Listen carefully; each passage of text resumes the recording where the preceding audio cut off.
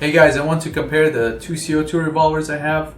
One I've had for a while and one is brand new from ASG, and I think it's the evolution of the CO2 revolver. So stay tuned, I'm going to take a look at the wind gun revolvers you might have seen for many years in airsoft and the new ASG CO2 Dan Wesson revolver.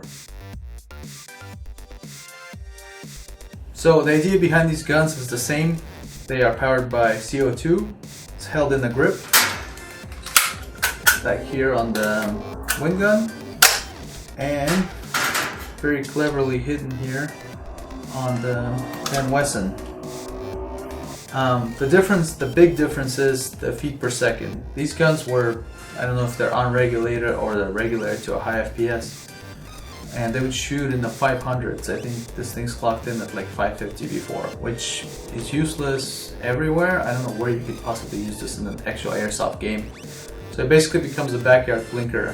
One good thing that came out of that is it led me to develop my revolver shells, which shoot 5 BBs, which then in turn brings the FPS down and gives you a shotgun effect. But that's a limited solution, and currently I'm working on a design with a company to manufacture those professionally.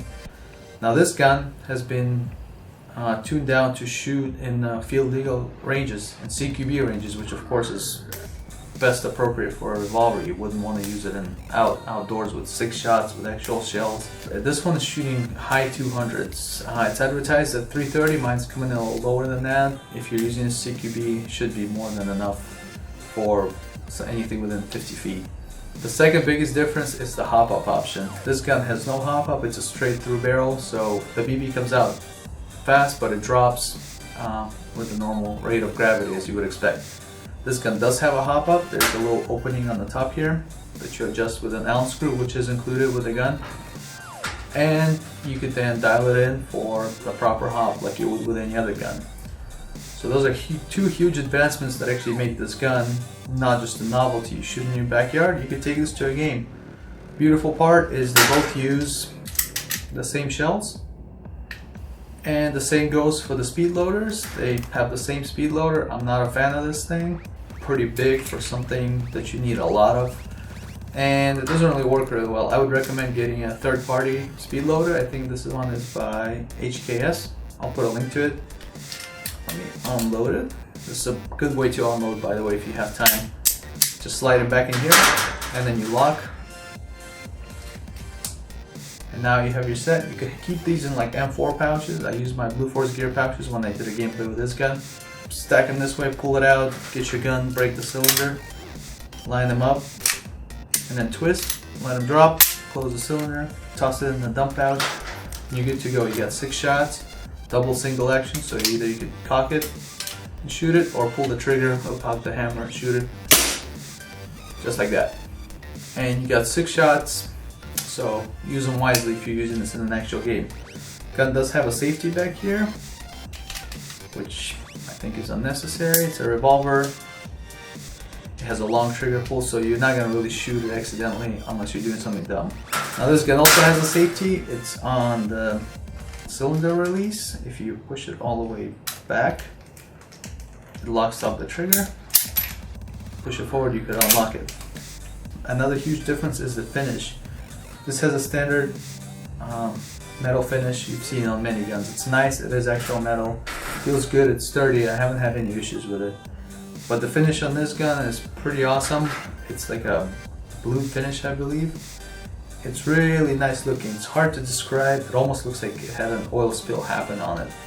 It's got all these kind of rainbow colors happening in here. It looks dark, but then it's glossy. So it's real pleasant. I really like it a lot. This has a plastic grip. It's a little squeaky, not a big thing, but definitely doesn't feel that great. Also, because it opens this way, there's a lot of movement. There's a chance you could open it. It's never happened to me, but there's just a lot of squeak. Now on here, they've done an awesome job. They put some replica Hope grips on here, I believe, and they're rubberized. They're so comfy. Revolver grips tend to be the most comfortable because there's no need for a magazine to be in the grip, so they're just shaped to your hand. As you can see, it's as if someone took a piece of clay and just squeezed it until it fit well. fits perfect, and it's a big, huge gun. It makes you feel real cool just holding this. And of course you could do this. So just based on those facts alone, this gun is definitely miles ahead of this gun as far as usability. The way the CO2 is installed is a little different as well on these two. On wind gun, you simply pull this back, and then there's a twist lever here that folds out.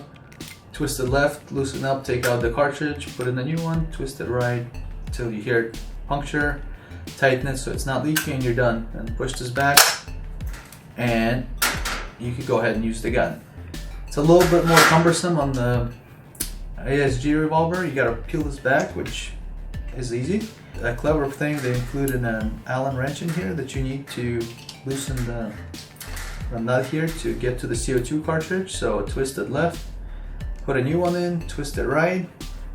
It's pretty simple, and the beautiful thing on the revolvers, you don't have to do it very much because one of these will last you, I don't know, maybe 50 shots or something, which 6 shots at a time is going to be a long time.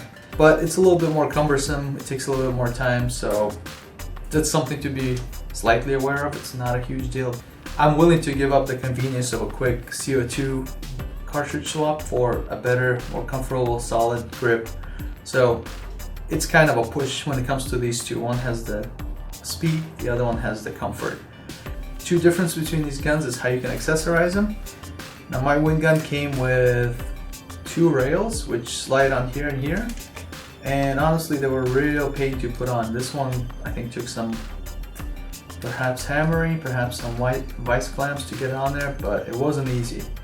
ASG put out an accessory rail that can slide over the front, lock in. It's already pre-tapped, the gun itself, so put this on and screw in a couple of screws, and now you have a bottom rail for lights and you have a top rail for optics. And I might try running this gun this way. The bottom rail I could put maybe a light, maybe my camera's on there. Top I could try a low profile red dot, see if that works. So overall I'm liking this new Dan Wesson. I think ASG basically listened to the players and fixed some of the things that were wrong with the wind guns that made them unusable. They're fun for backyard shooting, but you get an airsoft gun, you want to take it to a game, especially something that's cool. I like the fact that the shells work with the pre-existing shells, so if you have a ton of those, consider getting aftermarket speed loaders. It's a huge improvement over the stuff that comes with the gun. So now ASG has introduced an option for a full metal, decent power for indoor, perfect power for indoor revolver that is realistic, it's accurate, has hop up, and it just feels cool in your hand, real comfortable and real solid. So stay tuned. ASG asked me to come up with some 3D print stuff for this gun. I'm still thinking of what I could do. If you have any ideas, feel free to post them. Make sure you subscribe. There might be some gameplay, there might be some more additions printed for this gun, or some more inventions. Who knows where this will take me. But thanks to ASG for sending me this gun, letting me try it out. Hopefully it'll be available to consumers soon. It might already be. Check it out. And as always, thanks for watching. Please subscribe, and I'll see you in the next one.